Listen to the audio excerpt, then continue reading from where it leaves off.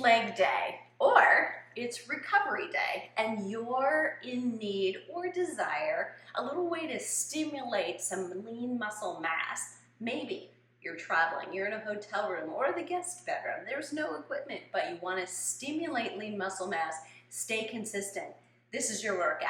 Look, in a rare actual workout here for us, we put all of our programs behind the scenes because I want to take someone from A to B to C who actually cares about the how and the what and the why. There are tons and tons of workouts right here on YouTube. You'll find them all. But unless you have a sequence and a progression and you know you're doing exactly what you need to do, potentially sometimes it's just random exercise that gets random results. But here we go. Do this with me. These are all single leg exercises. I'll talk to you at the end about why this makes them perfect for a recovery day workout. Now I let you see some of the transitions here. So single leg touch, no equipment. You will later need a ball and a step of some kind. So just standing on one leg. Now I can touch to the top of a dumbbell. You could touch to the top of a pillow, an ottoman, or just air touch higher than the floor. Now the floor is going to be more difficult. But I want you to notice a couple of things. Your weight needs to be on the heel of your standing leg. If it goes forward too much, so does the knee, and then the pressure goes to the knee. We want the pressure in the glutes. However, you will feel all the little muscles. Can you see my muscles firing in the lower leg? If you're just watching maybe the first time through, you will see that. It is extremely challenging because of the balance component. So perineal muscles alongside of your ankle and up your calf are working really hard, and they need stability to prevent ankle twisting. So it's great. Now, I only did 10 on each side, so let's do this. I'll count these with you. So you're going to reach 1, come back up, push that heel down. 2, to the floor or not, and 3, and push, try to come to full extension. 5, and push, keep a focal point. You're looking at the same spot on the floor and push through that heel. Lowering down, fingertips have to touch sometimes. It's just going to happen. Lower and lift, and consistently or not, you may notice one side is a little bit more wobbly than the other. Down, push that heel into the floor. Use the glute to fire straight up. Touch, push, come down slow with control. This should feel like a rocking chair. Easy tempo, down and up. You're in control. Okay, nice job. All right, single leg squats. Again, no equipment necessary. You're going to see me on my power plate. Now I can turn it on or not, or you could do this on a step, just a stair step if you want to. You could do this on the floor. You don't need a stair step, but you may find the visual, the feel of having a place to go makes it easier. Now this one's not easy. If you've done any physical therapy for weak hips, hip bursitis, you may have been given this one. It's also called not single leg squat. It's also called like a drop hip. And we're looking just to keep my hands on my hips. Do you see the distinct line between the shirt and my shorts? That should stay parallel. If I'm dropping that leg, that's a problem. We're looking for the stability, because that says your glutes and your core are really working. And then bobble. Good thing we didn't fall off at trapeze. But here we go. Down and up. Look at the distance. It's 2 or 3 inches. That's it. But again, the weight should be heavy on your heel. Push through that heel to bring yourself up to standing. And because now you've done 2 exercises with limited range of motion, really focused on the glutes, you should feel this little bit of burning and awareness of where your glute medius is. We're going to go to a rear elevated leg. This is a single leg squat. Sometimes it looks like a lunge. You can call it whatever you want, but this is where if you have a couch nearby, a chair nearby, or a stair step, I'm giving you a little extra time to where you want to go to do this one. Here it comes. Now the reason is you're going to try to lighten the load on that back leg. And you're really pushing down. Now, here's the disruptor. And I left him in because I want to show you what happens. And I know many of you deal with this too. You're on the floor or close to it, and the pets think you're fair game, right? Now, if I wanted him to do this, I probably couldn't pay him to do it. But if you're looking to increase your stability and you're ready for it, that little getting in the way, that obstacle, that disruption can actually be an advantage. Now, if you're feeling I'm not stable the way it is, put your dog away, right? And be safe as opposed to sorry. You could also have your fingertips on something, but the important part here is your weight is in the front heel, again, not the ball of your foot or toes. This is a rear lunge. We follow it with a side lunge. Optionally here, I'm going to raise my knee up, and I like the work that occurs on that standing leg. There's a little more stability, a little more balance required of it, but if you're not quite to the point where you can come through to a knee lift, you can just touch that toe down next to the other one, perfectly fine. I know somebody is going to ask, can I put my fingertips on something on the wall or back of a chair for balance? You absolutely could. Try to just do that, fingertips on it, not your weight. The more you're in charge of your body weight and you are working on the balance, the better result you're going to get through the glute, the more stimulus. Second side, so we're going for 15, reach and up. Now notice when you come back, you're setting that leg down very lightly. Good, and you can tell this is, again, a very obvious second side for me, a little less stable. So I need a little more control here, and you're going to notice one of your legs is the same. You're going to need, okay, an awareness on this is a little weaker. It's not as stable. One of the reasons we do unilateral or one-sided work is exactly this. We identify that, and then we can work on it. Good. Weight in the front heel all the way through and all the time. Nice work. Now, just turn toward the camera, toward me, side lunges, standing up. And we do all one side and then come back in, up to a knee if you can. Gets a little bit more dicey coming from the side because of the lack of stability. We don't move laterally much. But weight on the heel. Super important that that weight is on your standing heel. And when you step out to the side right here, heel down, my weight goes back, my bum goes back. If you feel the weight in the ball of your foot or toes, you're also probably feeling stress in the knee. So it's not that you can't do side lunges. Oftentimes I find people haven't been given the right cues and they're not actually putting the weight where it needs to go.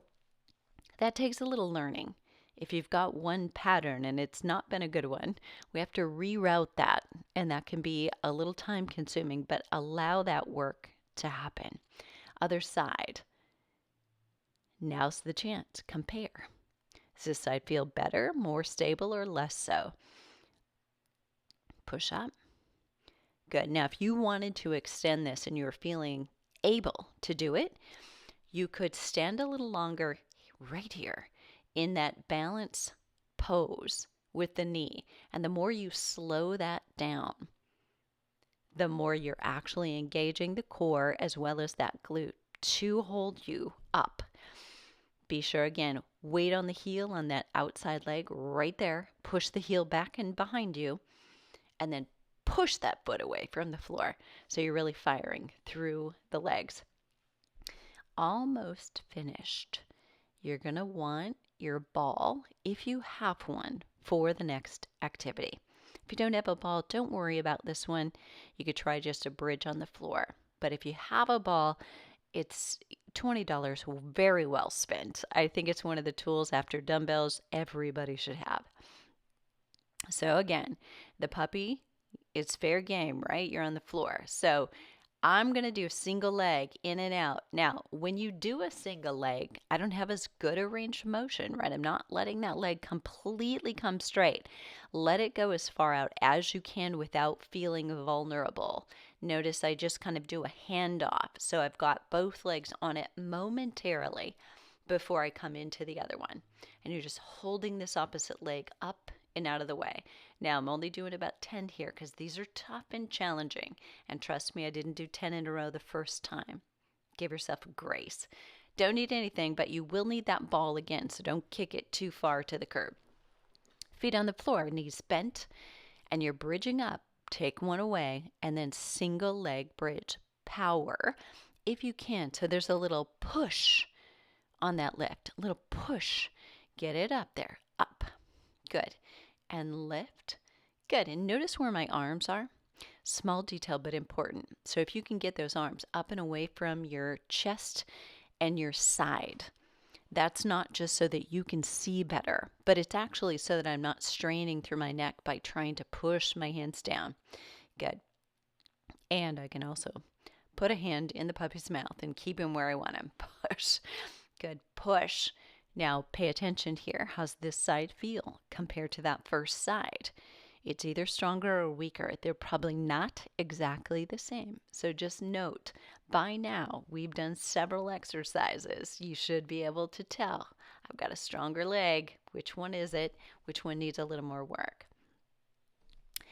Now, you're going to bring that ball back in. So you want to bring it in. You're going to lie on it with part of you, creating a little V. So I'm letting you see the messy getting it, setting it up. So you've got a little time to regroup with your ball as well.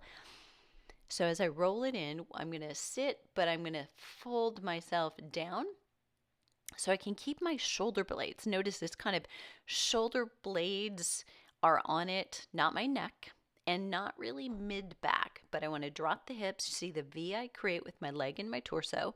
Now you're going to thrust up. And this is literally called a hip thrust. In the gym, you can do this with weight, but try it again. No weight, just the leg, because it changes the game. Weights on the heel. Again, you're only going to feel stress in the knee if you're putting the weight on the ball of your foot and your toes. And I won't say only. I don't know you. I don't know your history, but it's much more likely that you will feel the stress on the balls of your feet and toes. And if you're feeling stress through the knee, more than through the glutes, you've got something going on here, probably with your weight needing a different placement. This is the last one. Now, this should be getting tough. And I promise you that I was feeling the burn. And we're almost finished. So I want you to keep pushing. Lift up. Good. And all the way, getting all 15 on this one. Believe it or not, this is the end of 8 sets of exercises targeting the same muscle group. That's potentially, if you did 10, that's 80 repetitions for the same muscle group, or potentially more if you did 15. You do not need to repeat. Think about that. All right, time for the chalk talk, which is why and how you actually implement this and use it. So a lot of you will say, how many repetitions? Well, you know about how many we did today. When you're doing single leg work, you may be able to do 15 or 20, and or you may say, actually this is just for stimulation, or I'm brand new to the exercise and I'm only going to do 10. Body weight exercises, you may be able to do more, because if you're someone who's doing strength training with heavier weight, it's going to seem a little bit lighter until it doesn't. So here's the caveat for that. When you go to a single leg as opposed to 2, you may or may not realize how weak or how much stronger one or the other of your legs is. You're going to discover imbalances. The value of doing single leg work is exactly that. And you can stimulate the muscle without overtaxing your adrenal system. So it's not quite as hard. You don't have to do as many. Many of you will say, well, how many sets of this should I do? Think about what we just did. Everything we did included quadriceps, hamstrings, and glutes. One set is multiple sets of exercise for those muscle groups. So if you go back and repeat that again, you're doing just supersetting on supersetting, and you may just lend yourself to fatigue as opposed to, endurance, which you think you might be getting. When we structure regular exercise, think about this. So as a strength and conditioning coach, if I wanted you to do an exercise that stimulates your glutes, hamstrings, and quads, like a squat, I would have you do 3 or 4 sets of X amount of repetitions. In this case, I've had you not just do a single leg squat, but I've had you do a hip thrust or a hamstring curl or a bridge. So we've used it again and again and again. You've had many more than just 3 or 4 sets, but that's all you need to do is one circuit of this leg series. So many ways that you can use these exercises. You learn them, you decide, okay, I'm just going to insert some of these that I don't do regularly in my workouts. You can use that and alternate with upper body. You could do this lump of legs and you could add that to whatever upper body workout you might be doing that day for a full body workout. Lots of ways you can do it, but if you want to reduce your blood sugar levels, you want to stimulate your lean muscle mass, boost your metabolism in the least amount of time possible for I need to stay on track and I need to stay consistent, but I don't have time or I don't have equipment kind of a workout, this is a great traveling friend. And or I'm, say, Monday and Friday doing really heavy workouts. On Wednesday, I'd like to do something. This is a great recovery workout. Now, if you're doing yoga, think about standing yoga poses when you're doing a tree pose, when you're going in and out of a moon pose, even potentially a triangle. You're doing a little bit more work on single leg, and you're getting some of this same kind of stimulus. So you might think, I'm going to do yoga or I'm going to do this workout. Not necessarily need to do both. Let me know how this went for you. Let me know if there were exercises you felt like you could not do. And if there are reasons why you think you should or shouldn't, drop them below into the comments. I'll try and come back. We regularly try and circle back and give a few comments. So if you want more information on how to use the glutes and use the glutes really well, you may be interested in the glute challenge. Easy to stimulate glutes, which might reduce your lower back pain and or knee pain. And I'll see you on the flip side. Don't forget, subscribe.